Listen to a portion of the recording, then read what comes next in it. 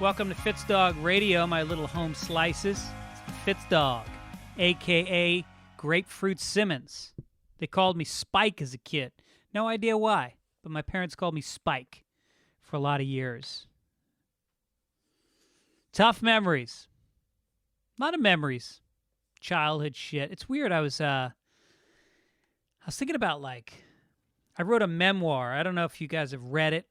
You should. It's called Dear Mrs. Fitzsimmons, and I don't recommend writing a memoir if you have young kids who you plan on disciplining at some point and moralizing to and setting an example for. My memoir includes, I don't know, heavy cocaine use, almost failing out of school, being arrested several times, fist fights in the street, lots of sex, convincing a girl to go to the prom with me by buying her an 8-ball of Coke. You know, little stuff that was brought up back to me by my kids when I tried to discipline them. And it just happened the other night again. And I was like, fuck, what was I thinking? I wasn't thinking. Someone approached me and said, you want to write a memoir? I was doing Howard Stern a lot at the time. They said, we think we could sell a lot of copies. And I said, fuck it. I was an English major. My dream was to write a book. Ever since I was a kid, I wanted to write a book. And now they're like, hey, you want to write a book? They didn't give a shit about me writing a book. They wanted me to sell a book. I wrote this thing. I got no notes. Simon & Schuster gave me no notes. They just were rushing to get it out. Get me promoting it. I'd like to write another book that's like a real book. But anyway, this one came out. And check it out. Listen to it on Audible. That's the best way. Listen to me reading it. And, And also Amazon Prime just bought my special from about 5 years ago, my Life on Stage special. If you want to check it out and you have Amazon Prime, do it. Enjoy it for free if you have the Prime. And then tweet about it. Let some people know. The other thing you want to think about, people, is staying pain-free. And really good way to do that is to use the cryo-free CBD pain relief roll-on. This is something that if you have aches and pains, I used it today because I golfed this morning. And I've got some bursitis. I rubbed it on. Free as a bird. Loose, baby. If you got any kind of aches and pains, this is the thing for you. It is all natural. Topical pain reliever. It just ices you out like that cryo-freeze stuff. Not what do you call it? The cryotherapy that all the pro athletes use. It's hemp, doesn't make you high, just makes you feel good. Put it on your back, hands, wherever. My promo code DOG gets you 20% off on CryoFreeze and site-wide at omaxhealth.com. It was it was a good day, thanks to them. If you have pain, you can do it with Omax CryoFreeze. Roll it on where it hurts, ice it out. Works within 5 minutes. Lets you get back to training, recovering, performing. Go to omaxhealth.com, enter code DOG, and get 20% off CryoFreeze and site-wide. That's omaxhealth.com. And enter code DOG to get 20% off. All right, let's get to some overheards. We've been doing a lot of these little colloquialisms from your grandparents in the last few episodes, and I've been neglecting your overheards. So I thought we'd catch up on a few overheards before we get to my guest, who was outstanding today, Dulce Sloan, who was, I talked to her just before recording this. Talked to her first, then I do the intro. So this comes from Patrick, who says, I was at an art museum admiring a classical bronze statue of Atlas holding up the world. Two women were walking by, and one said, I don't know who he is, but he's got a cute butt. God damn, they did. Those Greeks, they knew how to make a statue. There are women, I mean, you literally, it is so, and they did the penises. And I think a lot of the stone ones, the dicks got knocked off. I'm guessing by the Catholics. But some of these statues are like, 1,000 years old, and they're bronze. And those penises, man, they are detailed. I mean, a little curve to the shaft, a very defined crown with a slit in it, pubic hair that's a little, curly, little disheveled. And you got to think, if you're in the town square and you're doing a nude, and you're up there and you're working on that dick for more than 2 or 3 days, people got to stop and go, I think you got it. I think you got the dick. Maybe move on. Do a leg, do a foot. Take your hand off the dick in the town square. And the tits, beautiful tits.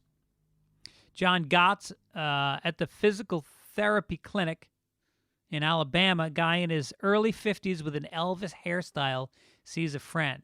Friend says, hey, Jim, how you doing? How's Linda? Elvis guy. Things were great till I had to pull a gun on her. And that is a point of no return. I've found, personally, once you pull a gun on somebody, it's tough to go back to pot roast was good tonight, honey. Oh, thanks, sweetheart. So I guess you won't be pulling a gun on me tonight? I mean, that's the nuclear option, pulling the gun. And he says he had to pull a gun on her. And in Alabama, I don't know what the definition of had to is. Did she give you lip, or was she coming at you with a knife? I'm guessing it was just a little bit of lip. Steve Hall, who overheard 20 years ago, he says, and it stuck with him, standing on the corner of 8th Avenue and 18th Street in New York City, waiting to cross the street. A heavily muscled, waxed, and tanned older man in a tank top was stroking the hair and looking into the eyes of a much younger, smaller, frailer guy who was looking up at him sheepishly. I heard the older guy ask the younger guy, so, what's your name? Yeah, that's about how it starts in Chelsea. I used to live right there. And I'll tell you, there's a gay bar called Rawhide. I think I talked about it recently. Right on that corner. Or it might have been 20th and 8th. This is 18th and 8th. But this is the gay area. This is Village People gay. This is where gay stuck it out from the 70s image of gay. And yeah, flirtation starts in fucking third gear. There's no small talk. I saw it. I was jealous of it. I couldn't walk up to a woman, act like that. I guess I could get waxed and tanned. Maybe I'd have a shot at it. This one comes from, can't find the name, but this is between my 10-year-old and 10-year-old boy, 5-year-old girl who were in the kitchen. 5-year-old says, do I have to go to college? 10-year-old, no, but what will you do instead? 5-year-old says, I'm going to say adult words and drink wine. 10-year-old laughing hysterically. Where will you live? 5-year-old dead serious says, on the road. That's a badass kid. That's the kid who's going to bring us the next great folk music in this country. He's going to follow up on Woody Guthrie and Bruce Springsteen. Or he'll just be a hopeless homeless guy. I don't know, but I like this kid. I like his style. I don't like when people say, I like the cut of his jib. It's used too much. And I never liked the saying in the first place. I don't like people who say it. Finally, this is from, I got to get better about getting these fucking names down. Who wrote this one? I don't know. Standing online in a grocery store. Woman in front of me is buying a giant can of coffee and a 24-pack of toilet paper. Bagger kid says, so, gonna be drinking some coffee, huh? Woman, yeah. And taking a shit, I guess. Yeah, if you're a bagger, I don't need a play-by-play on my groceries. I don't need you extrapolating what my day is going to be like based on what I'm purchasing from Trader Joe's. This isn't necessarily for today, and this isn't necessarily for me. If I buy some lube and a cucumber? Is that you gonna figure out my day for me? Huh? I should have thought of another example. I should have joked that one up a little bit, but I didn't because I don't want to waste time. We got to get to my guest, and don't forget also the podcast has been going for about 11 years, and there's about 800 back episodes. If you want to get access to them, I highly recommend the premium membership. It costs about $19 a year, and you can go to Fitzdog.com and sign up for it. There's a great app that goes with it. Enjoy. All right. Now, obviously, there's a lot going on. I taped this podcast today. It won't go up for 5 days. So, obviously, there's a lot going on in the country right now, and I don't even know where it's going to stand in 5 days because it's in progress, as they say. So, my guest is a correspondent. She's a very, very smart, very funny African-American female comic who is on The Daily Show. And I liked her take on stuff, on race stuff. She did a great thing on police brutality. So I'm thinking, all right, do I bring this up at the beginning of the podcast, the riots and what's going on in Minneapolis and Atlanta and Columbus and LA and New York? And I kind of waited because I wanted to have a, solid podcast about her podcast that we're trying to promote and get to know her a little bit. And then I waited till about an hour in, and then I brought it up, and she had a lot to say. She had a lot to say, and I don't know that I did. I don't know that it was a time for me to say a lot, and so I listened, and I think that's something some of us have to do right now, and just think and try to let this soak in, make sense of it on your own. And so she was very honest, and I appreciated it.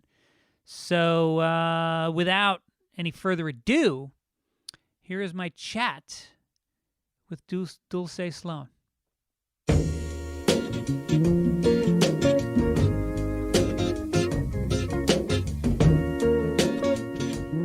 Welcome to my interview.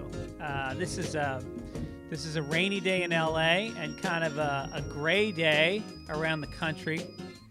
Dulce Sloan is my guest. She is, you know her from The Daily Show. She does fucking great pieces on The Daily Show. I really enjoy them. Yeah. No, it's a tough gig. It really is. It's like I've seen people, going back to when it was Craig Kilborn, and and there were correspondents that did it it's kind of a different vibe back then. It was like, I think it was more of a straight up parody of the news. It was like, whereas that was parody, and I think Jon Stewart made it kind of more satire. And for the correspondents, you really have to own your own segment. And I mean, you have such like restrained timing. You're not like pushing it. You're not over the top, but yet you also you go into like different speeds during it. You do cute little asides and at the same time powerful stuff you're talking about. It's not to blow smoke up your ass. I really enjoy your pieces. Thank you. I kind of figured out the when it comes to like showing restraint and kind of like messing with my speed, I kind of learned that when doing stand up. Right. So, sometimes, and I didn't realize it, but I had like one of my friends say to me one time, she was like, it was another comic, and he was saying that we were at a show, the crowd was really rowdy and kind of noisy. And what I did when I was doing my set was I dropped my volume. Right. Because so many comics want to yell over them. Yep. And I just dropped my volume, and they stopped talking because they wanted to hear what I was saying. Because if I just started yelling as they were yelling, then it's just a competition over who can top each other. Yeah. But I just started dropping my volume, and the thing about it is I didn't even think about it, but I think it's because I had done like theater for so long. And I was like, oh, I know how to get an audience to listen more. You mess with your volume and your focus and your inflection. Right. So I kind of took that over to the show. And then Josh Johnson, for the most part, when I'm doing a death piece, I work with him to write it. Right. And he knows my voice so well that a lot of times it's just like, all right, how do we want to do this? And I don't have to do too many tweaks when I work with him, just because, and I knew him before. We were friends before. We both started at the show, and he already knew what kind of a comic I was. So I think that helped a lot. But yeah, he writes a majority of my desk pieces, and we work together to hone them into my own voice. But since he knows me, he kind of leans towards my voice anyway. And then we just do the tweaks afterwards. And how long does that take when you, from the time you get assigned a topic, or do you pitch topics? We pitch and we get assigned. Right. So there's some days where I know I'm going to be on the show and, been working on the piece for a while. And then there's other times where it's just been like, I'm just in my office and I get a text and it's like, all right, you're on the show today. Right. Go to hair, go to makeup, go to wardrobe, go talk to Josh. And so sometimes you get a couple of days for the process, sometimes even a week, depending on what the piece is. Right. And then sometimes it's like, you got 3 hours before rehearsal. Damn. To go to hair, makeup, wardrobe. Yeah. And to work on this and write it.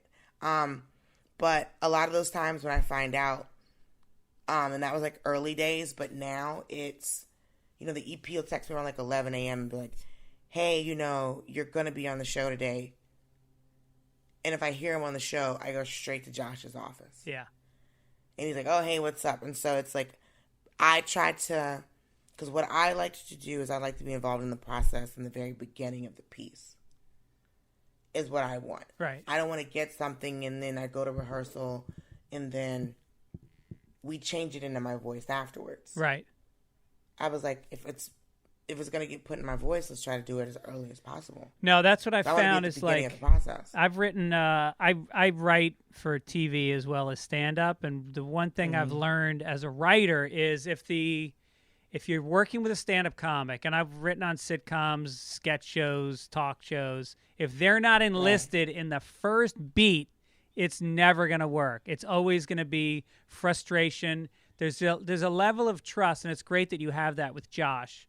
But for a lot of writers and performers, there has to be a feeling from the comedian that like this is my thought. It has to start there, and if it doesn't, it's an uphill battle. Yeah, and so when they have, and then the show is good at like Trevor's also very good at knowing our voice. Yeah. So he wants us to do pieces that, one, make sense for us as a person, and two, make sense for us as a correspondent and a comedian. Right. So, because there was one thing I was working on, and I can't remember what it was, but Trevor came back to rewrite, and he was like, he had an idea of how I wanted to go. So he was in rewrite with us working on my desk piece. Yeah. Because, and he was like, because he wanted it to, because I can't remember what I was talking about, but he was like, I want to get this right. He's like, because there was just something, he felt like just something hadn't clicked yet. Yeah. So after we did the rewrite for the show, he's like, I'm coming back to rewrite for your desk piece. I want to get he was trying to get the click right. And so when we were in there and I was like, he said something and he just changed just like 1 or 2 lines, took something out, we moved something, and we were like, that was it. Yeah. That was it. Right, right. Because he wants us to be successful in our pieces. He wants us to be comfortable when we do those pieces. Yeah. Because he knows that those reflect us, but they also reflect the show. And I know sometimes they've assigned a desk piece or even a field piece to one correspondent, and Trevor will see it and go, I think it'd be more interesting if we give it to this person. Yeah. And so sometimes other people have pitched stuff and we just get moved around. Yeah. And I haven't seen a situation where he's changed the correspondent for a field piece and it didn't work. So he's like a manager of a ball team. He's like making decisions from the sideline. Yeah, just the third base coach going, you move. Right. You run. Now, still home. Still home. I'm pulling on my ear, asshole. Give the punchline. Right. It's just like, but I just bought these cleats. He's coaching you during your delivery. He's off camera, giving you this sign. And because what's great is that, they have another, like there's 2 different teleprompters, but the best thing about like rehearsal, because again, I have a theater background. So I was like, thank God there's a rehearsal, and thank God we do this in front of a live audience. And what's been interesting is now with the COVID, with the Rona, when we are in the show, we don't have the audience to do these pieces for, but now we're doing it for, whatever producer is filming the piece. And so you're not getting that live feedback. Excuse me. That's all right. I have that effect on most of my guests. I'm surprised you're still awake. A lot of my people actually nod off about 6-7 minutes in. You ever get some real good sleep? Yeah. Like some good solid sleep, because I was watching a movie that I'm going to cover on my podcast, and I didn't know I was asleep till I woke up. Yeah. So that's nice. That's that good sleep where you're just like, who? Yeah. What happened? That's some drool sleep. It's solid sleep. Yeah. Because everyone's sleep pattern's been messed up, but yeah, it's been interesting because it's like I haven't been doing any of like the online stand-up shows. Have you been doing any of them? No, I won't do it. I just feel like I love that people are trying to stay active, and I think that we're all chomping at the bit to try to figure out how we can be creative and how we can connect to the people that are used to hearing from us. And it's a relationship that you have as a comedian with your audience, and obviously it's fluid. It's not the same crowd every night, but to us, the audience is like a living, breathing organism. And it may be in Cincinnati one night, and it may be at the Comedy Cellar the next night, but it's a relationship. That's exactly what I was saying to somebody yesterday. I said the audience is a living, breathing organism. And especially for me, because I have a background as a performer, like there's been shows, because there's been shows where you're just like, this is my 6th show this weekend. I am fucking exhausted. And then you just get an audience that's just really energetic and really excited, and their energy can bring you up. Oh, and it's your best show of the week. Yeah. Right. Or it's the audience is kind of like, it's like a Thursday show, like a Thursday at 8. It's like you people just got off of work and all this other stuff, but it's like your energy can bring them up. Right. Or sometimes, some crowds you can play with, some crowds you're like, I got to do straight material and I'm getting off the stage.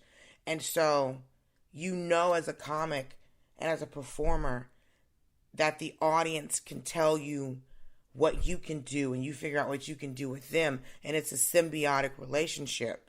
So because you're dealing with another living organism, right? And I can't, because you feel the audience before the show starts. You're like, how are they? You know what I mean? Yeah. So you can just kind of get the vibe in the room before the show starts, and then when you get on stage, so it's like, have they warmed up after the host and the feature and a guest spot? How are they doing now?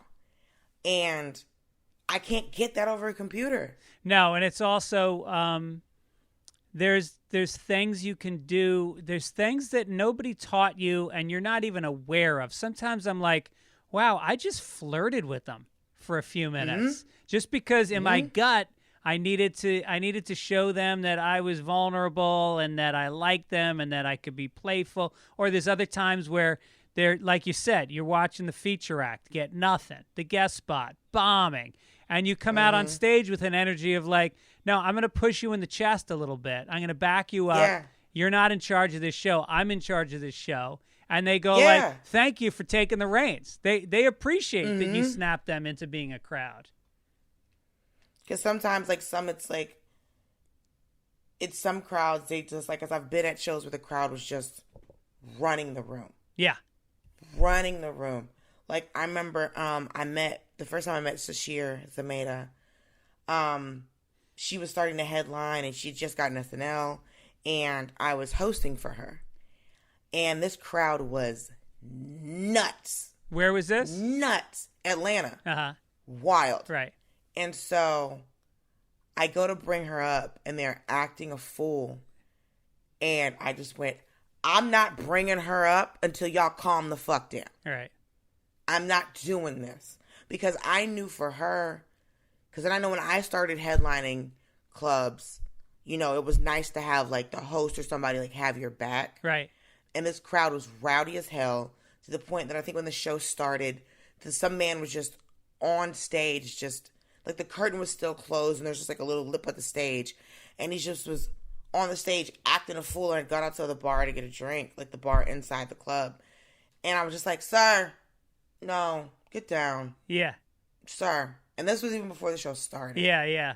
Right. They were already acting. It was like, yeah. And it was a Friday 8:00 show. Yeah. So I was like, how are y'all this drunk? How are y'all this rowdy? This is not a 3-day weekend. Yeah. What is happening? They're losing their shit. And so by the time it gets to her, like, for me to bring her up, and I was like, and they were like, oh, and I was like, you think I'm playing with y'all? I get paid and she get paid regardless. Y'all gonna shut up before I bring her out here. Yeah. And I had to make them, because I was like, I knew it had to be nervous for, like, because I'd worked the club so much and seen comics when they just started headlining. You're already in your head. You're like, all right, I'm starting to headline now.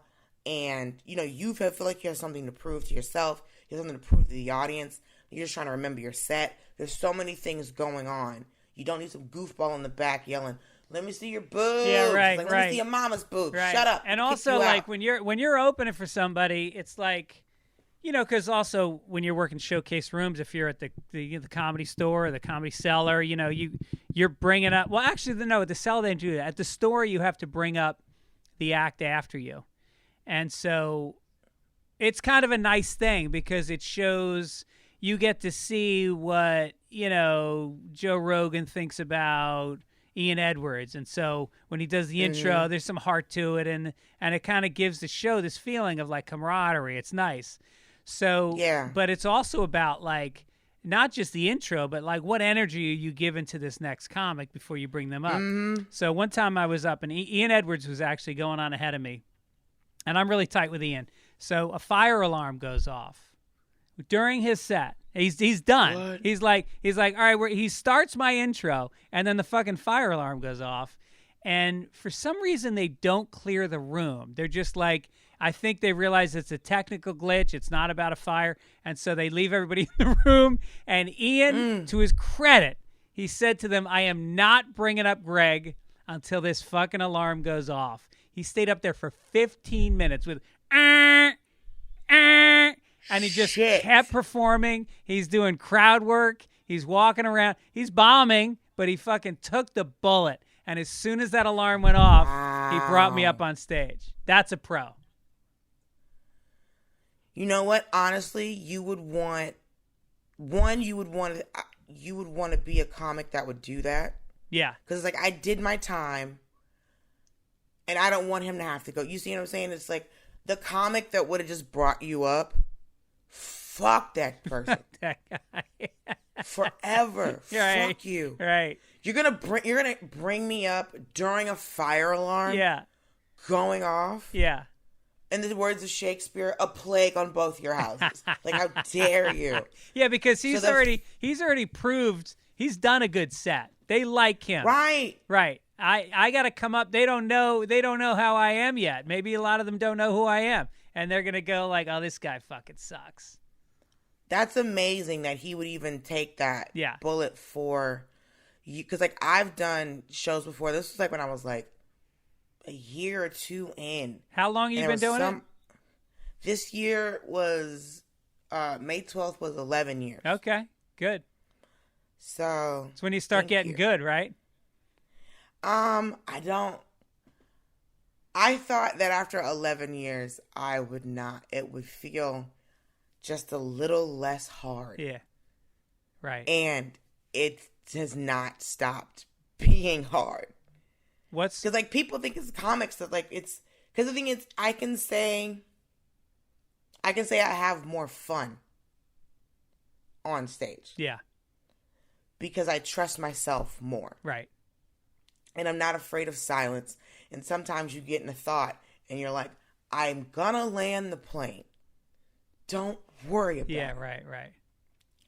But either I'm a commercial airliner just trying to get through the sky and just kind of have a smooth sail and just kind of slowly bring this plane down, or I'm the fucking Blue Angels and I'm going to hit some tricks and I'm going to do a flip and I'm going to write my name in this fucking gas that's polluting the ozone layer, and then I'm going to land this plane. And when I land, your oxygen mask will be down, your head will be between your legs, but you'll be safe. You'll be safe. I was pure turbulence. Yeah. I didn't know it was going to happen. Right. I could crash. This could be a horrible Labor Day for everybody.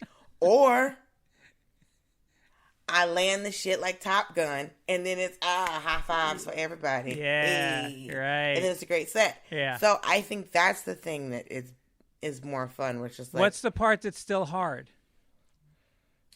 writing jokes. Right. Right. Yep. Trying to actually writing the fucking jokes. Yeah. Also, listening to myself when I record myself. Yeah. Ben Glebe did teach me a really cool trick that I realize that sometimes I don't always do because I'm so in the moment. But he puts his phone on the stool and he records his set. And if he does a new bit, just like if he riffs a new bit or something, he'll slap the stool so it spikes the sound wave on the recording. So instead of having him listen to the whole hour if he's looking for the new joke, right, he just looks for the spiked sound wave, and he knows the joke is right in front of it. Right. That's smart.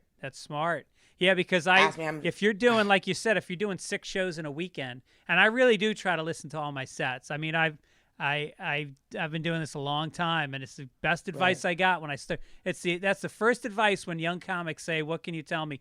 Record and listen to every set. But then when you're doing 6-hour-long shows in a weekend, that's a lot of fucking time. So so I usually try to do a chunk of new stuff, at whatever point in. Usually a half hour in, 45 minutes.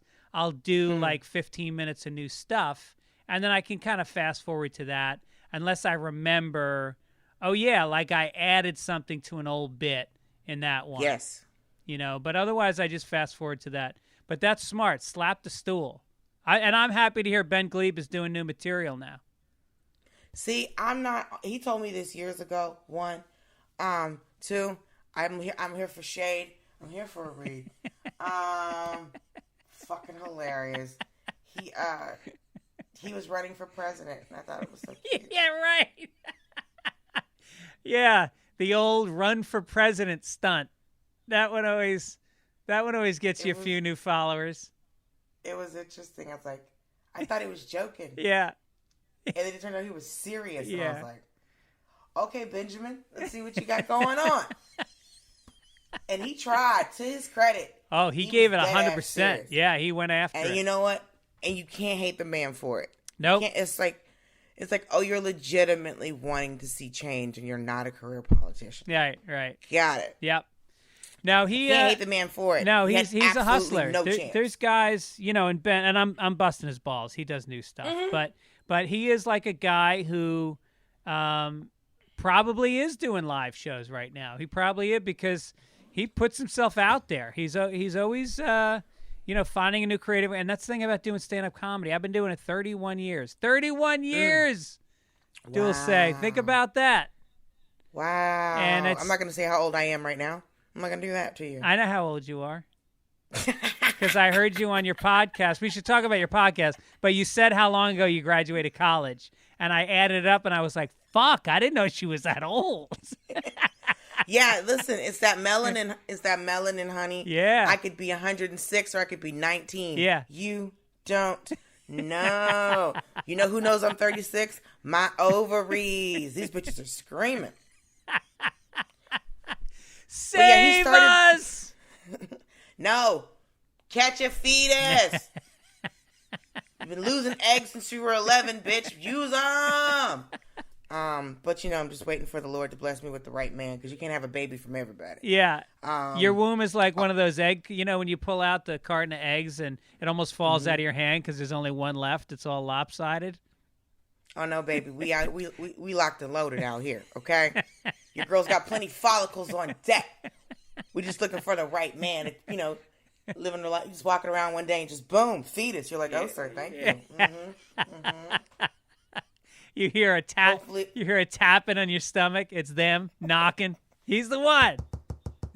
Hey, him, you, that one. Because there's been, she's intense. Like, there's been plenty of times where I've just been like, because I have like a whole bit, like I've a couple bits about it, but it was like, I talk about like how I look at men, how men look at women. Yeah. Because it's like, I say in the bit, I don't want to have sex, I want to mate. And that's a completely different part of your brain. That's funny. Because it's not like, ooh, he's hot, he'd be fun. It's like, I could make viable offspring from this specimen. That's where my brain is right now. Right. On the first date, you're pulling his lips back to look at his gums and teeth. Mm-hmm. It's like, do you have any pictures of your ancestors? Like, I just want to know. Because my cousin, his little sister's so pretty. And I'm just like, I got to carry a picture. I was like, can you give me this baby? Yeah. You can't give me this baby. Yeah. But Ben Glebe is doing something called the Nowhere Comedy Club. I think that's his. Oh, really? He texted me. Oh, no shit. So it's a Zoom comedy club. And he was like, yeah, there's bouncers. So if people start saying stuff, we kick people out of the Zoom. Yeah. And stuff like that. And I was like, can I see this before I agree to it? Yeah. And then he didn't text me back. I did one that was a virtual reality. This was about a year ago. There was a guy that was doing virtual reality. And you walk in, and they had about maybe like 30, 40 people in this loft apartment, and they give you the goggles and they give you the gloves, and you walk up on stage, and as you walk up, you're looking out, and there's a microphone and a stand. You're looking out, but you're seeing the avatars of all these other people all around the country. There was like 200 people from around the country that had their virtual reality shit on as audience members. So you can see them, they can hear you with no lag, and so you could hear their laughter, and you could shit on their avatar, you could walk around the stage. I'm telling you, it worked. It was badass. And they didn't keep doing it. I think they just couldn't get enough people in the audience. But like it really worked. It was cool.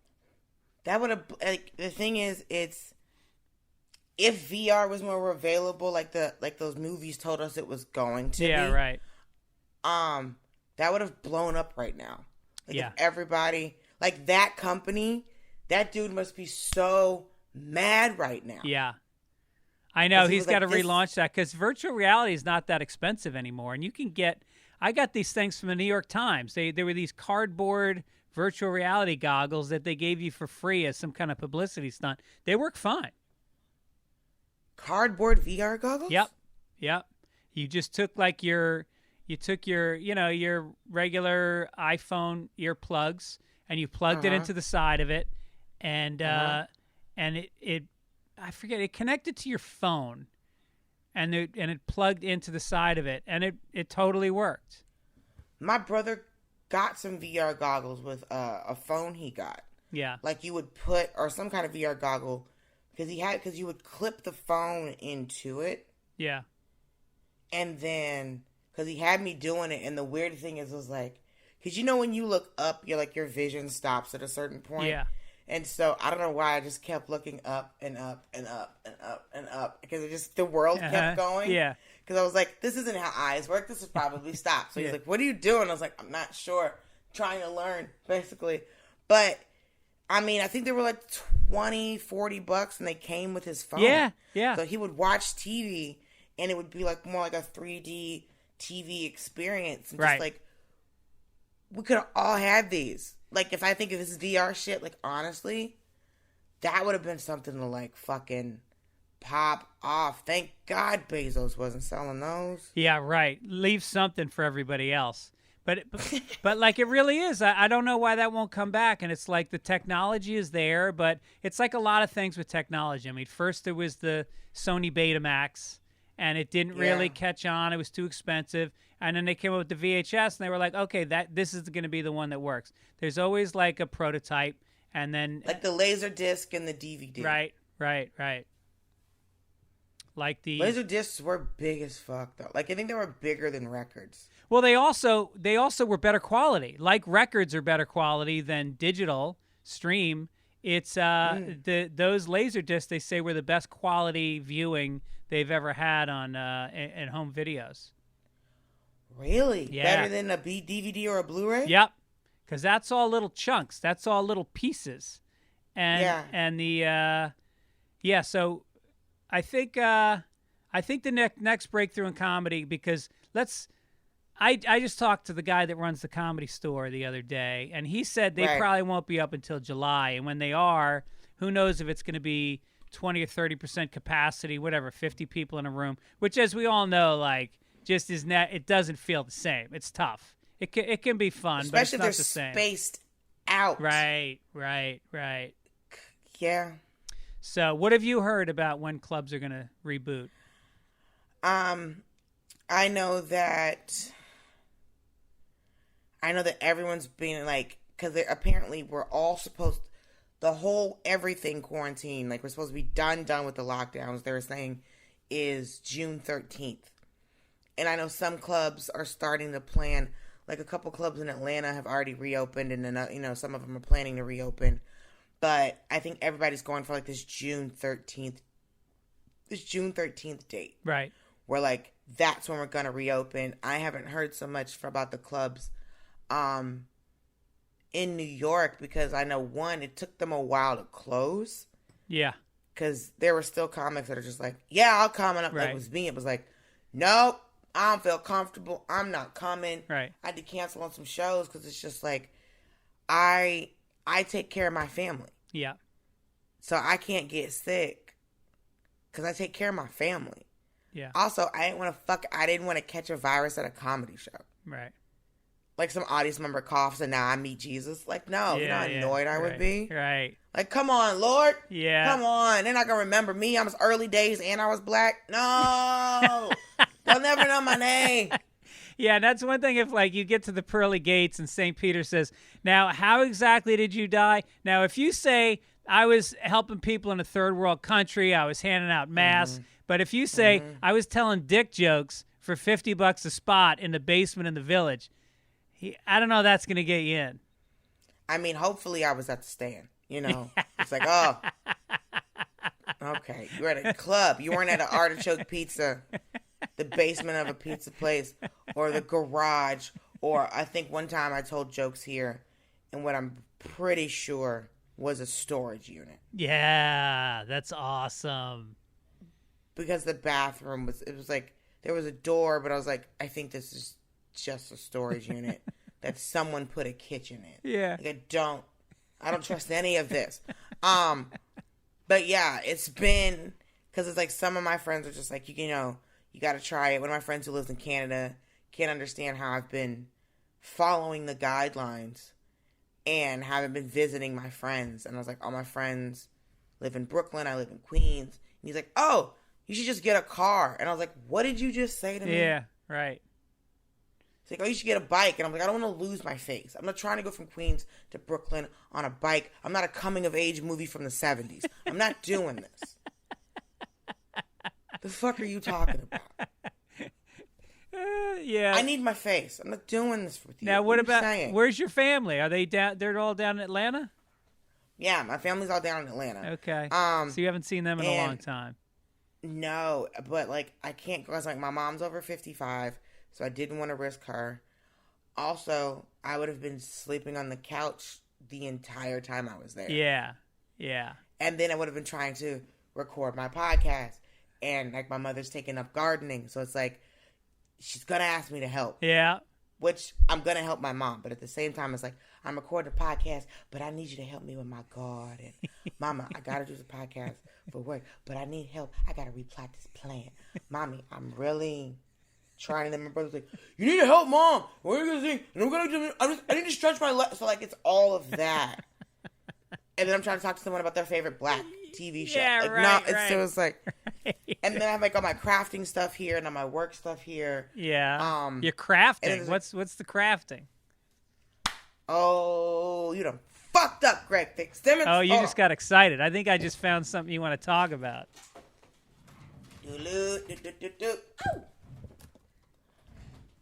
So I was at the Dollar Tree one day, and I saw these. I used to get these metal trays to like a vanity tray or stuff to put like, makeup or like lady things on. Right. And I saw some nail polish, and I was like, "Fuck it, I'm gonna hook it up." So I made this. Oh shit! Damn. So this is 3 colors of nail polish, and then I have a machine that cuts the letters out. What? And then I made one, and so I made that. That was the second one I made. What's the machine? You got a machine? Yeah, it's called a Cricut. Uh-huh. So this is the first one that I made. Wow, that's beautiful. So thank you. So this is nail polish, and then I put glitter on top, and then I have this clear resin. Right. That's activated by UV light. Right. So I did the nail polish, and it was streaky, and I hated it. And then I did the glitter, and it kept like, it's glitter, so it's going to get everywhere. And I was like, fuck it. I'm covering the whole thing in resin. Yeah. And then I put this on the front. And then so I was like, well, what happens if I put resin on a tray? So this is for my friend Derek. That's his Instagram handle. So I did like the different colors in the back. Let's give him a shout out. Great boy. GR8, the number 8. Boy. Well, yeah. And then I think on Instagram, it's just spelled out great. Maybe that's his Twitter handle. I don't know. But he's great boy. Just type in great boy. You'll see a black dude dancing on the stories. Yeah, you got all this stuff at the dollar store?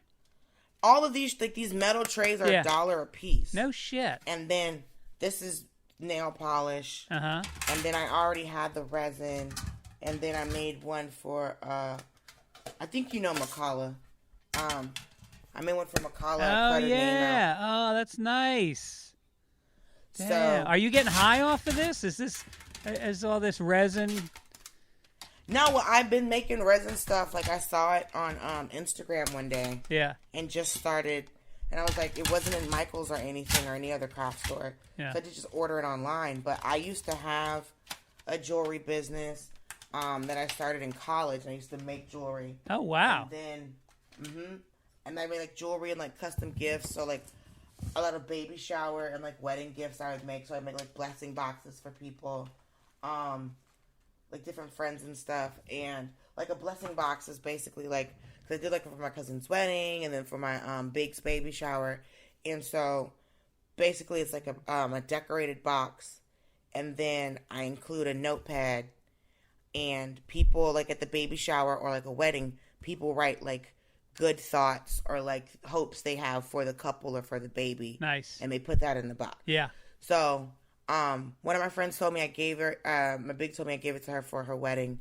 And then, I think she said she was like a year in or something.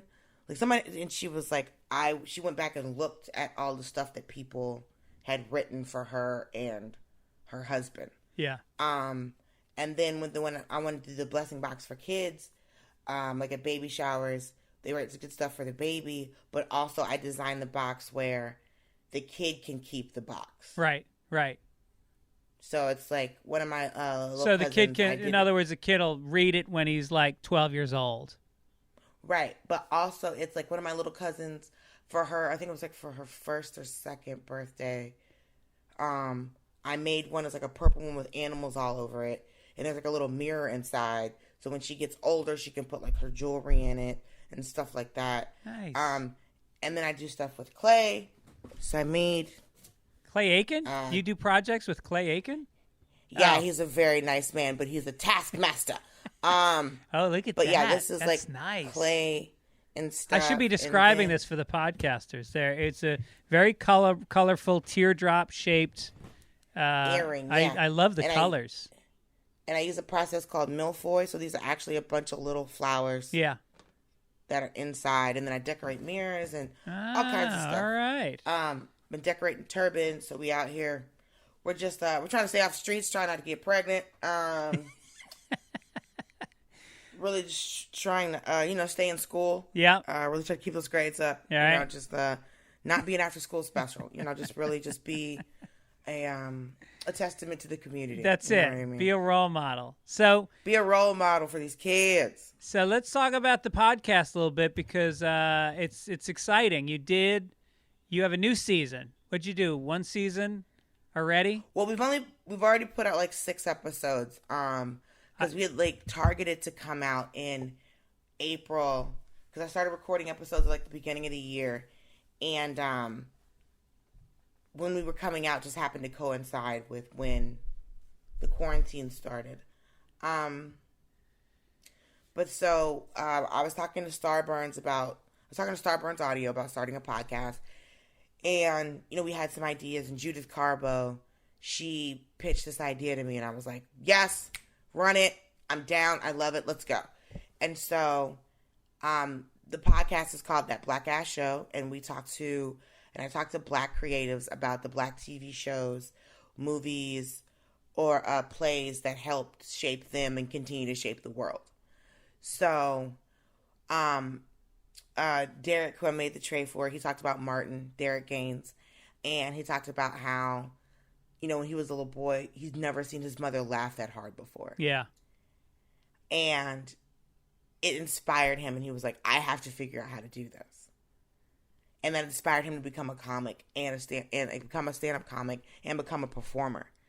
And so, I got to talk to Thea Vidal, and yeah, listen to that. That was really good.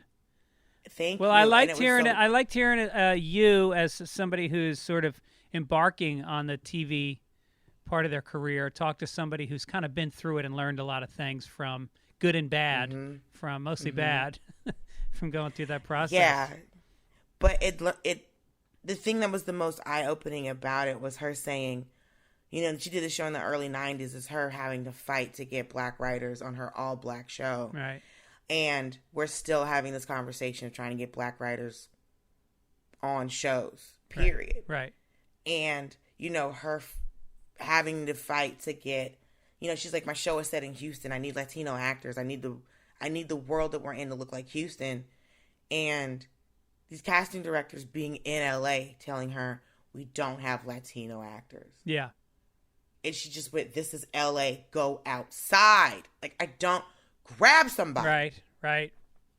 But this needs to look at the world, what we're doing. And I think, and it's, I've learned a lot from, hearing about her experience, but also just talking to other comics and because I chose to talk to Black creatives because it was, we're in the process. We've been on TV shows before. We've been in writers' rooms. We've, seen what happens when you go to an audition and you can tell there's no Black people involved in the writing process of the piece of paper that was handed to you. Yeah. So, because like one of the prime examples that I have for that personally is that I went to a coffee creamer commercial audition, and there was no dialogue because we were just pouring the coffee creamer into a mug over music. But the song that they picked was the Wu-Tang song Cream.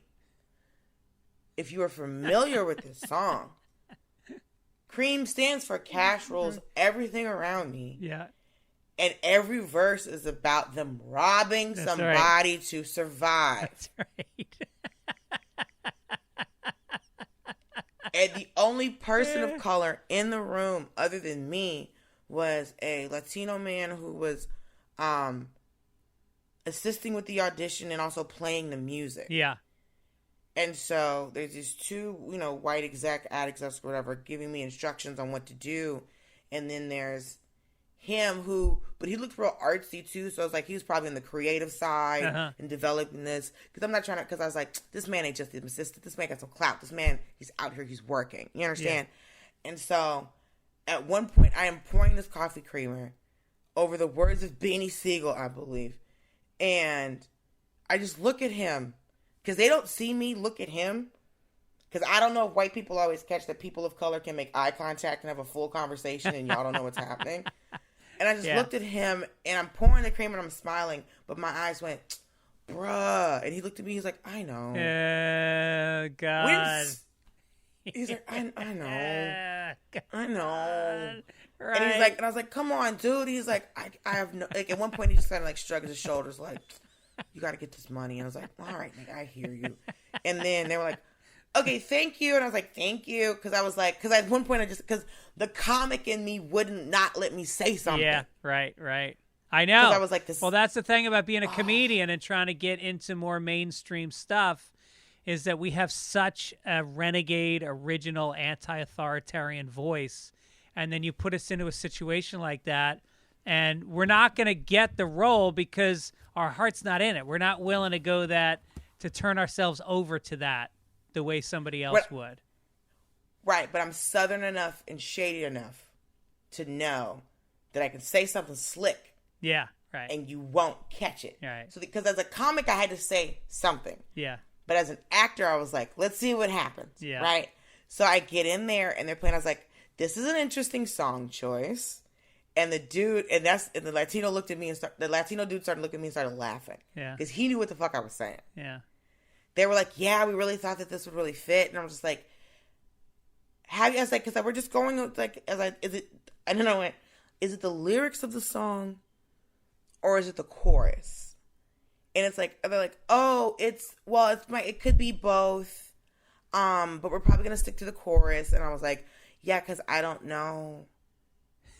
I mean, the lyrics could be a problem if you try to do this over. But I understand doing it to the chorus, and this dude's laughing. Yeah. He's trying not to laugh, and he's like, yeah, we just thought it would be great. And I was like, have y'all heard the whole song? Yeah.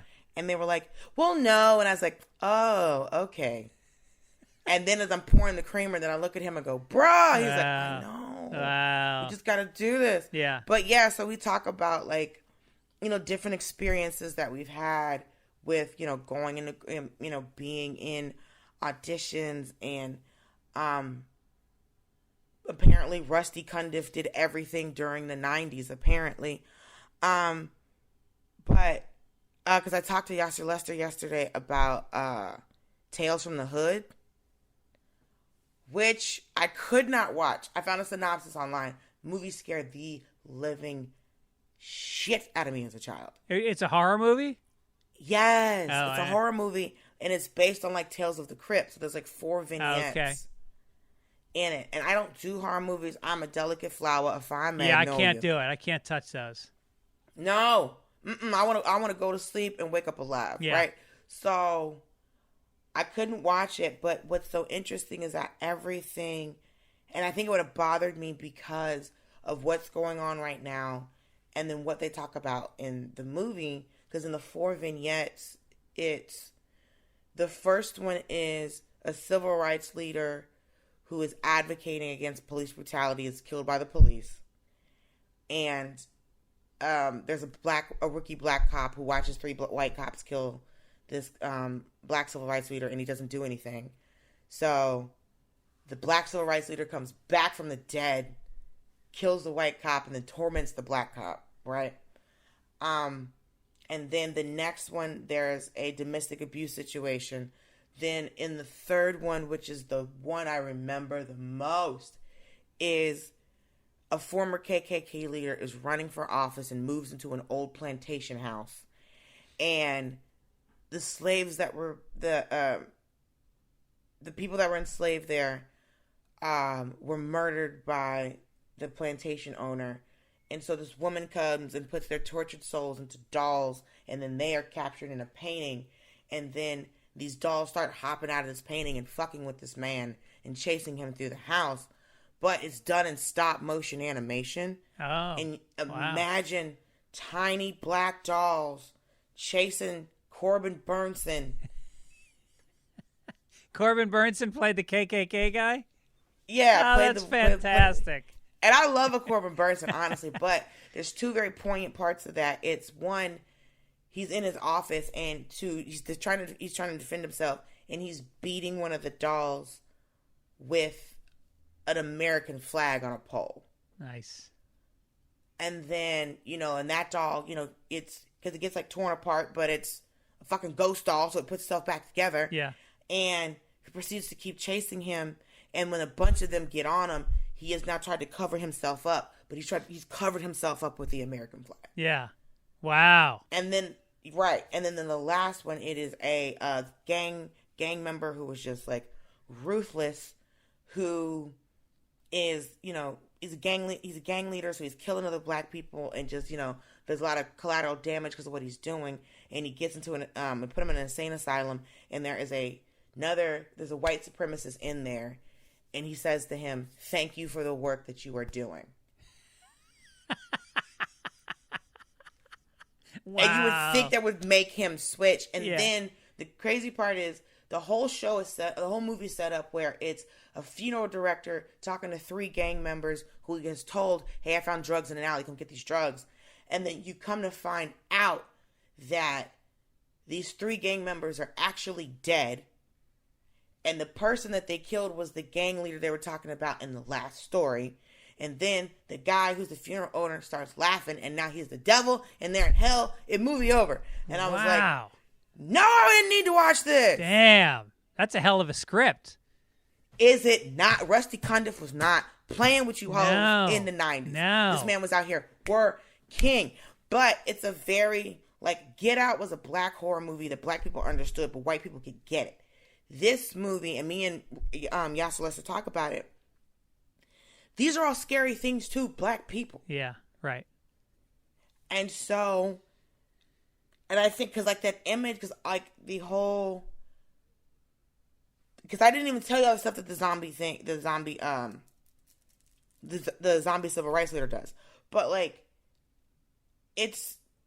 there's so many of these things where it's just okay, there's police brutality, there's on black crime, and then there's domestic violence here, and then there's dealing with racism. It's there's all of these things which is this is scary as fuck. Also, black people have a huge problem with ghosts. Yeah. We do not fuck with ghosts. Right. I don't know if anybody's known us or met us. We've got TikTok. We've seen when somebody jumps up in a ghost. If it's an African American and you try to fuck with them dressed as a ghost, you will get punched in the face. White people jump away. Black people go towards. Well, it's defending myself. Yeah. Because this is the thing. I was talking to Yasser about it. I had a friend in college whose mother sold real estate, sold houses. Yeah. If there was a house that they even thought was haunted, black people didn't want to, not only did they not want to see the house, they didn't want to know where the house was. They didn't want to hear about it. They didn't want to know how many beds. Well, this house might be no, don't tell me shit. She's white people, even if they weren't even interested in buying the house, it's on the completely other side of town. They want to see it. They want to go there. They want to take pictures. All of this nonsense. Yeah, yeah. She was one time her mom told some white people a house was haunted, so they would buy it. Yeah. Because they were on the fence, and she's well, I hear this house might be haunted. And they're we'll take it. That sounds like fun. We'll get a Ouija board. We'll have fondue parties and use a Ouija board. Black people don't want to even know that the house has doors and windows. Don't tell us That's shit. That's hilarious. No, so it's been so interesting because he was he remembers watching it as a kid and scaring shit out of him as a kid, to the point that him and his brother still reference parts of the movie all these years later. So me and him are the same age, but he's I wanted to know if I would still be scared. He said he started watching the movie around 7:30 at dusk, and it started to get darker as he was watching the movie. And he's listen, I'm a grown ass man. But also, when when those credits rolled, I jumped on and turned up every light on in my house. Every light. Not doing this. But it's been great because, I would talk to ex-Mayo about living single. And, you watch the show as a kid, and it's great and it's funny. But watching that show as a black woman living in New York who's a working professional, looking for love in her 30s, the show has a different significance as a grown-up. Yeah. Right. Because now I can see the parallels, right, Right. And... and Roy talking about the UPN network and all of those black shows, because there were more black shows on in the 90s and early 2000s than they're on right now, and we have so many more stations. Right. Fox was just all of the black shows. Yeah. UPN was all of the black shows. And they didn't want that. I can tell you firsthand. I've written on a lot of black shows. That's for some reason my niche in show business. Interesting. And I'm not like one of these white guys that can give you the lyrics to every NWA album. It was my first job was writing on Cedric the Entertainer Presents, and I was working on his monologues with him. And then once you get a credit in this business, that's what you do. So that's the shows I get hired on. But I can tell you on Cedric, that was the #1 black show on the air. And this was when Fox was at the tail end of wanting to have the black audience because their numbers crunchers said they don't spend as much. Black people have brand loyalty, Okay. And so they want a viewing audience that will change sides if they like seeing, Harrison Ford driving a fucking Chevy or whatever. And so they just basically, they took the #1 black show on the air and they canceled it after 2 seasons with the most fucking talented human being I've ever worked with. Cedric is off the charts. That guy would start the show. He would come out and he would do a dance. They were called the Sensations, were the dancers. And I remember this show. Oh, do you really? Yes, it was like these girls that would come out because they would remind me of like solid gold dancers. Right. And it was like really pretty girls in these outfits, like giving you very much a drill team vibe. Yep. I remember parts of the show. So he would do a comedy monologue, which he would nail. No cue cards. We would just like riff all week. And then while he was in his makeup chair, I would be like, here's some of the beats. He would take it in. And I'd be like, you want to hear it again? He's like, no, I'm good. And he'd get on his BlackBerry, and I'd walk away. And then he'd go out and nail it. One take. And then he would go then he'd go straight into the dance, which he had choreographed all week. And I mean, choreographed. This guy could move. And then he would go he's a great dancer. And then he would do sketches where he was playing 4 different characters throughout the show. The show was fucking amazing. And I couldn't believe when it got canceled. That's sabotage. Yep. Also, if we have brand loyalty, why wouldn't you just get like, how do you know which brands we're loyal to? Also, it's like also, why the fuck would we care that Harrison Ford is driving this car? He's not for us. Right. That's not our dude. Right. If you want us, like, okay, you got Matthew McConaughey selling Lincolns, again, that's not our dude. Yeah. Now you got Matthew McConaughey selling Lincolns, you're like, okay, you want a cooler kind of, hey, don't have a midlife crisis and buy a Porsche, buy a Lincoln. That's what that dude is for. Yeah. But it's, because it's a well-known fact that, like, black people spend money, like, we are just as much in the economy as everybody else. It's just because you don't think we're buying what you're trying to tell us to buy. If we have brand loyalty, then find out the brands that we're loyal to and then just get those advertised. Right. Yeah, there's work to do. Yeah. There's work you didn't want to do. Right. And don't act like we only have brand loyalty to Newports and some other bullshit. No. We've kept the hair care company afloat. I can't tell you the number of Korean children we probably sent to college. Like, do not. Right. They own all the beauty supply stores. We don't know why. They just do. Yeah. So, I wasn't trying to be ugly and trying to be racist. They own the beauty supply stores. We stayed getting our hair done. Yeah. Hence, Grace Cho went to Harvard. Yeah. No, I'm here to help. Yeah, Thank you so much, girl. Get this money. But remember us. Yeah, right. That's right. Right. But yeah, that's so wild. And it's just like, and I think, because all this stuff had to happen, like when shows went online and started streaming, it was like, we got to figure out how to do this. But the cool thing is like, now that these shows have started streaming, like I'm talking about a lot of shows that I've been able to catch. Like I was talking to Baron Vaughn about Robert Townsend. So like Hollywood Shuffle, Meteor Man, and 5 Heartbeats. And Meteor Man wasn't online. One of my friends found it for me. But they were just on Amazon Prime. And now they're releasing all of these old black TV shows on Amazon Prime. And then like 227 is on YouTube. So there's these black TV shows that now as a black person or people, or other people of color or white people can go and watch. Because most of the stuff that I cover on the podcast is on TV. It's on the streaming services now. Yeah, I think you can watch Sanford and Son on Hulu. I think so. Yeah. I think so too. Yeah. Yeah, there's like, I think like the Jeffersons I had to watch on YouTube.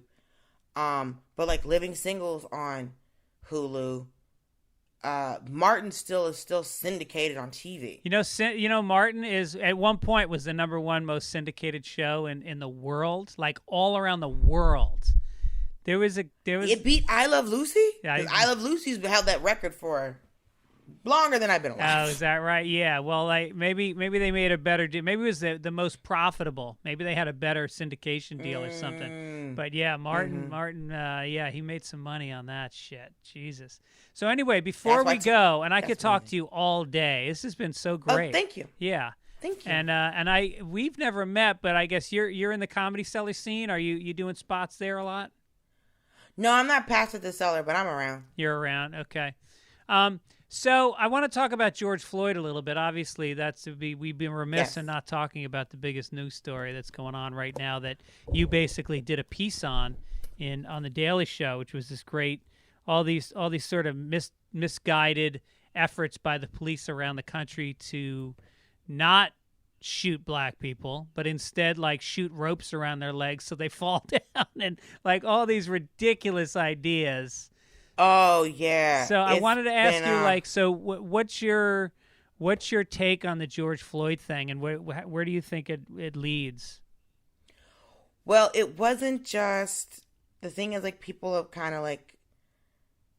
of focused on George Floyd, but there was Breonna Taylor that happened a couple days before. So it was like Ahmaud Arbery, and then it was a week went into Breonna Taylor, and the cops entered the wrong house, right, and started shooting and killed her in her own home, and then George Taylor, and George Floyd. It's just, my head is just so. It's been interesting because it's people hopping up, going. People who didn't say anything about any of them being killed by police officers, or, Ahmaud Arbery being lynched and those people not being brought to justice till 2 months after the fact, and Breonna Taylor being murdered and George Floyd being murdered. Y'all didn't say anything. And then now that there is rioting happening in Minneapolis, now you're posting about how the riots are wrong. Wait a minute. Your issue is with property damage. Right. Not with abuses of the police towards black people that has been happening. Because, I talked to one of my friends from the UK who works in works in Southeast Asia doing shows.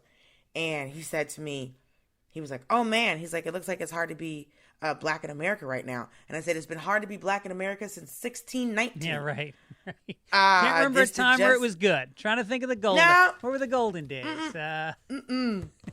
Clayton English has a joke about how when people talk about time travel, he's like, the best time for black people is whatever day it is currently. Yeah. He's like, I'm not going to last week. I'm not going to 50 years ago. I'm not doing this with y'all. Yeah. Well, do you think that, a lot of this stuff has come to light because of people filming stuff on their phones, and do you think that it could be like, the war movement, basically, the tide turned when they started showing filming of kids getting napalmed in Vietnam and soldiers dying, and do you think that this could have the same kind of effect on the population, seeing this stuff firsthand? We've been seeing this stuff firsthand for a long time. You look at there was videos from the Civil Rights Movement of dogs and hoses being sicked on black women and children. Right. And they don't care. That's the thing. If in your mind, when a black person has any type of altercation with the police and the police is putting them in their place, the death of that person was them not complying. So it is their fault. The fact that when you talk about, that lady in the park, Amber Cooper, and she recorded. Have you heard about this in the Central Park? Yeah, this is the woman that was called the police on a guy who went to Harvard who was bird watching.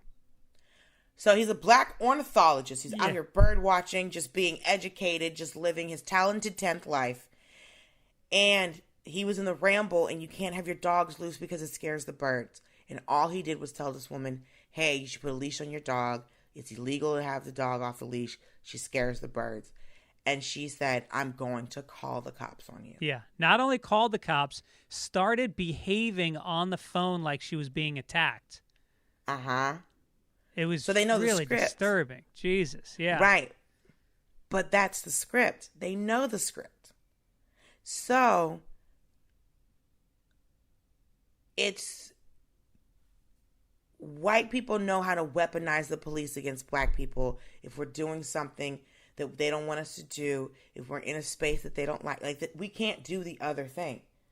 Because there was a woman in Toronto who, who's having mental health issues. The family calls the police to help, and that's not the first time they've had to call the police to help with her, and then she ended up dead. Y'all have come before, and this hasn't been a problem. But y'all that came didn't see the humanity in her. So no, it's no longer, I can't watch any of those videos anymore. Yeah. Because it's too real. Like when white people watch those videos, like, oh, that's a shame. When I watch those videos, that could be me. That could feasibly be me. Or any other black person that I know. And so it's too much because it's too close to home for me. And then I saw something one day and it was like, it just was a meme. It's like, black people, do you not have to watch your people get murdered on a regular basis? So things are changing because sometimes things change. Sometimes they get charged. Sometimes they don't. I think the DA is not bringing charges against the man who murdered George Floyd. Yeah, why is that? They don't have. It's just because they were like, it's not sufficient evidence. But it's just like, of course, his hand was in his pocket. But I can't tell you. I can tell you why he's not. Because America's racist. That's why he's not. Because people have given cops full authority. Since cops have decided that they are afraid of white people, they are afraid of black people, you, with a taser, a gun, mace, handcuffs, bulletproof vest, and training, are afraid of a 12-year-old boy, of a 17-year-old, of all of these, of women and children. Like, y'all have just decided that it's open season. And so, since you've decided that, since you've gone through training, you applied for the academy, you got hired, you put on a uniform. All I did was drive my car to work. You pulled me over. How are you less prepared than I am? So do you think some of the root of the problem is in the actual training? Or where do you see things changing? Because racial profiling is innate. And then people tell me, and then, people running around always want to point a finger at the South as if that's the only place that racism has ever existed, when New York was known for stop and frisk. It was just a policy. If you see a black or brown child or young man out, just stop him and pat him down. No probable cause, no nothing. So it's racism and racial profiling and harassment is in the DNA of the police, because they've always been used to terrorize black populations and populations of color. Right. So the only way that this will change is when white people have a conversation with white people. They don't care. Because if people gave a fuck that much, then when these videos first started coming out, something would have changed.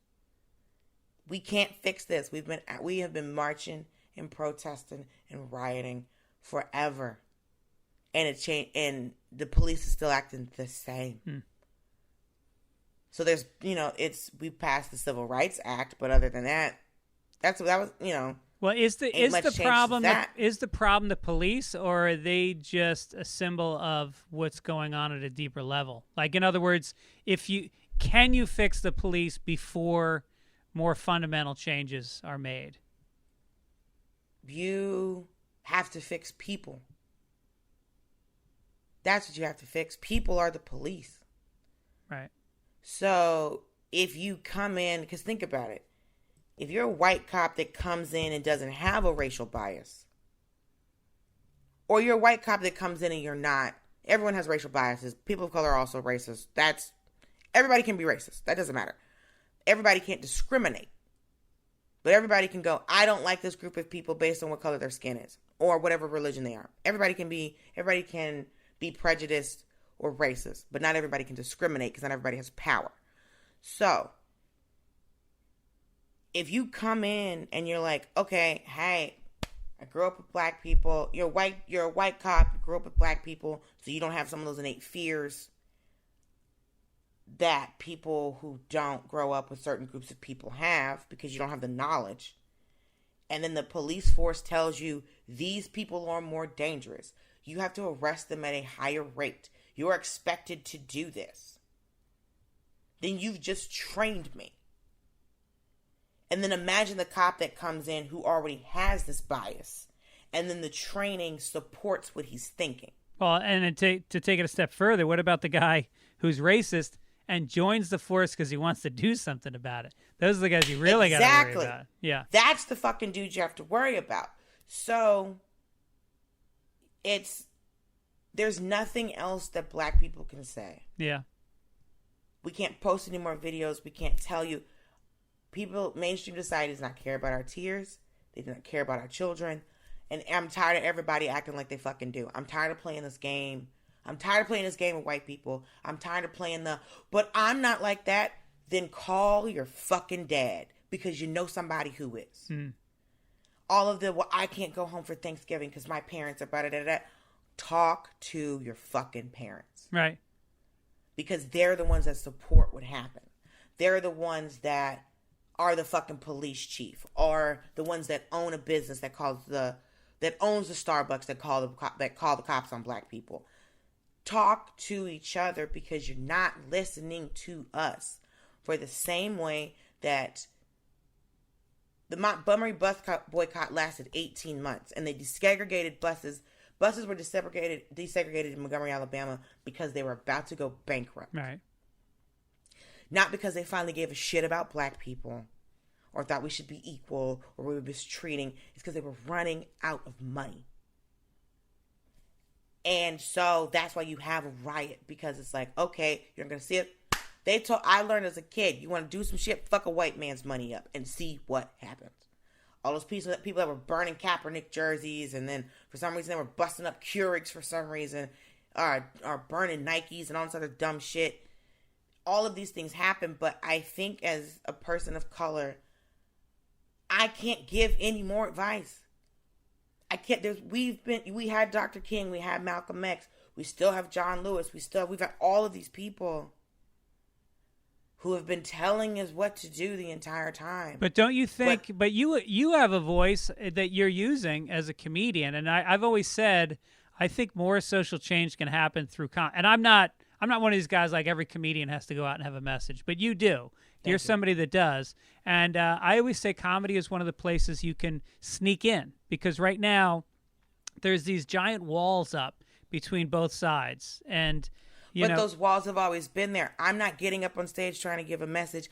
I get on stage and tell people what my life is like as a black person. Right. It's only politicized because I'm a marginalized group talking about just my life.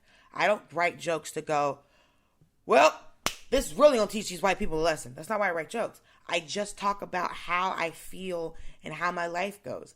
Some days I'm talking about how, intersectionality and how and feminism is fragmented. And then some days I'm talking about trying to catch a dick. So it's that's the same set. So I don't spend my time trying to. I'm not a political comic. Well, I guess I'm thinking more about your Daily Show correspondent pieces. Right, and the Daily Show correspondent pieces, that's definitely it. Because people have asked me, because I've been asked if I want to, do something along the lines of that. I said, no, the show does a very good job about doing the news and talking about satire. I talk about me in my stand-up.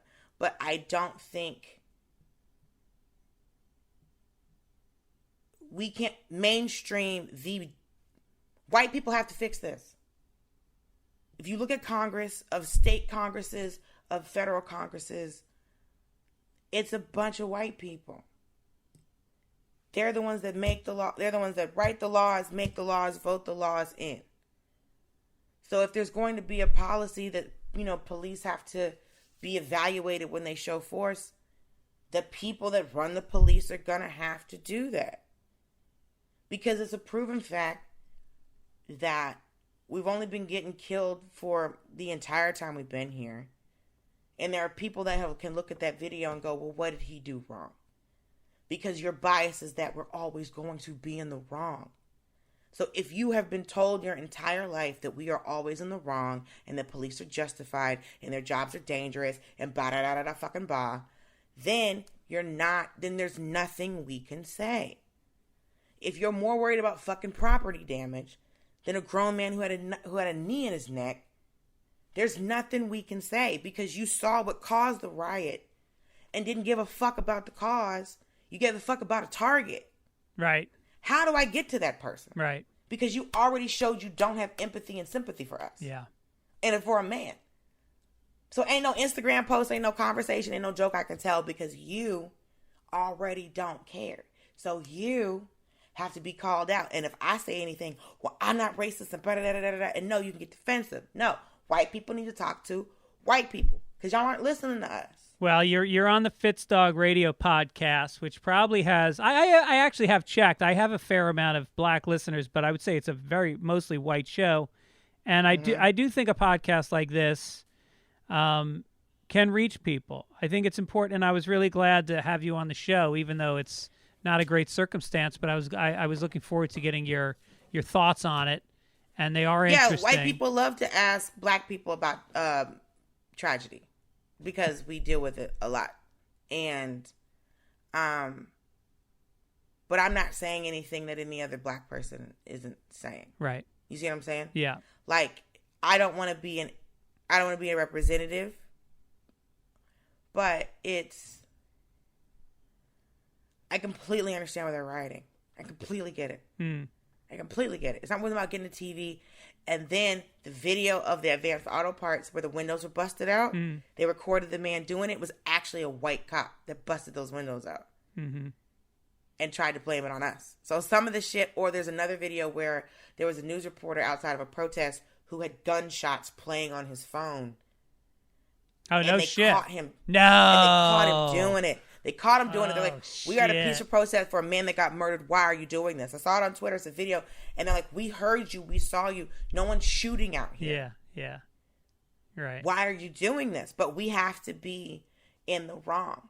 Yeah. Because we used to be property. We're still seen as being, and so you have to keep us in line. Right.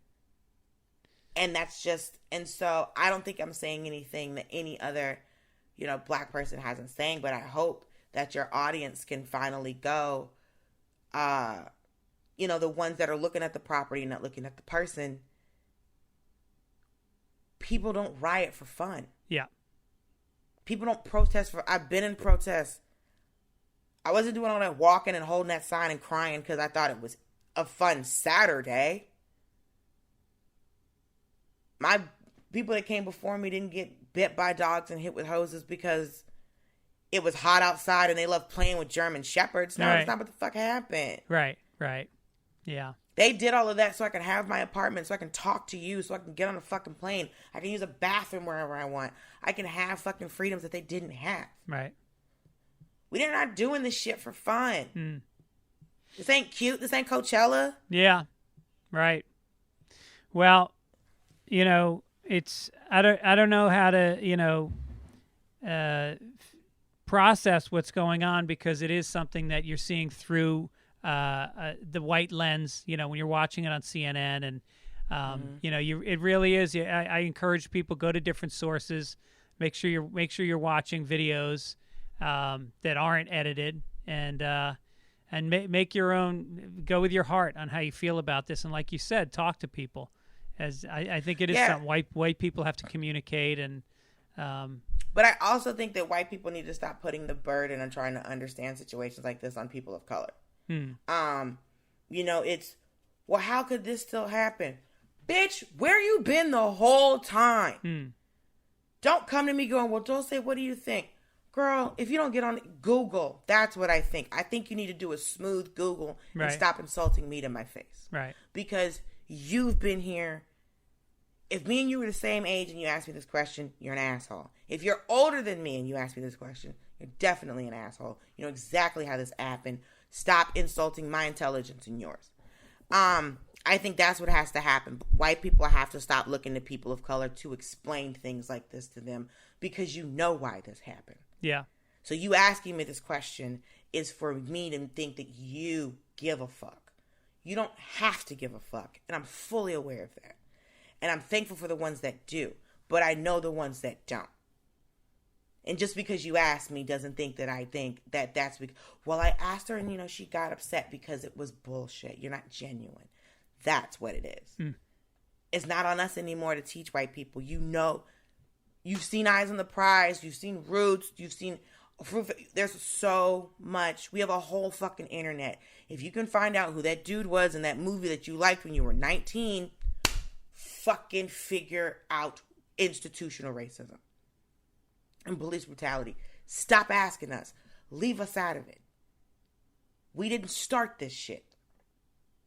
We wrote a constitution was written for a country and we weren't even included in it. And all we've asked to do was like, hey, that piece of paper that you wrote down that people were equal, we've been asking to be equal. And white people have weaponized the cops to show us that we're not. Right. How am I supposed to fix this? Yeah. How is asking me what the problem is? The problem is because the country was based on a lie. That's the problem. The country is founded on a lie. The founding fathers were slave owners. You wrote down that all men were created equal while you had somebody in bondage. Yeah, it's amazing when people don't realize, because I've been reading a lot of biographies lately of the founding fathers, and I had no idea how much slave ownership there was. And obviously, and Jefferson fucking sucked. Forget the slave ownership and the fact that he was like basically serially raping a woman for about 30 years. Who was his wife's half-sister. Yeah. I mean, it beyond that, he was a fucking hypocrite, and he was a coward, and he was a he was a fool. But it's also fun because my mom, when we're in D.C., if she sees black people with green eyes, she calls them Monticello Negroes. All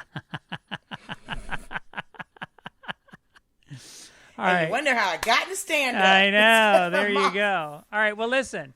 I love having you on, and thank you. And I encourage people to check out the podcast.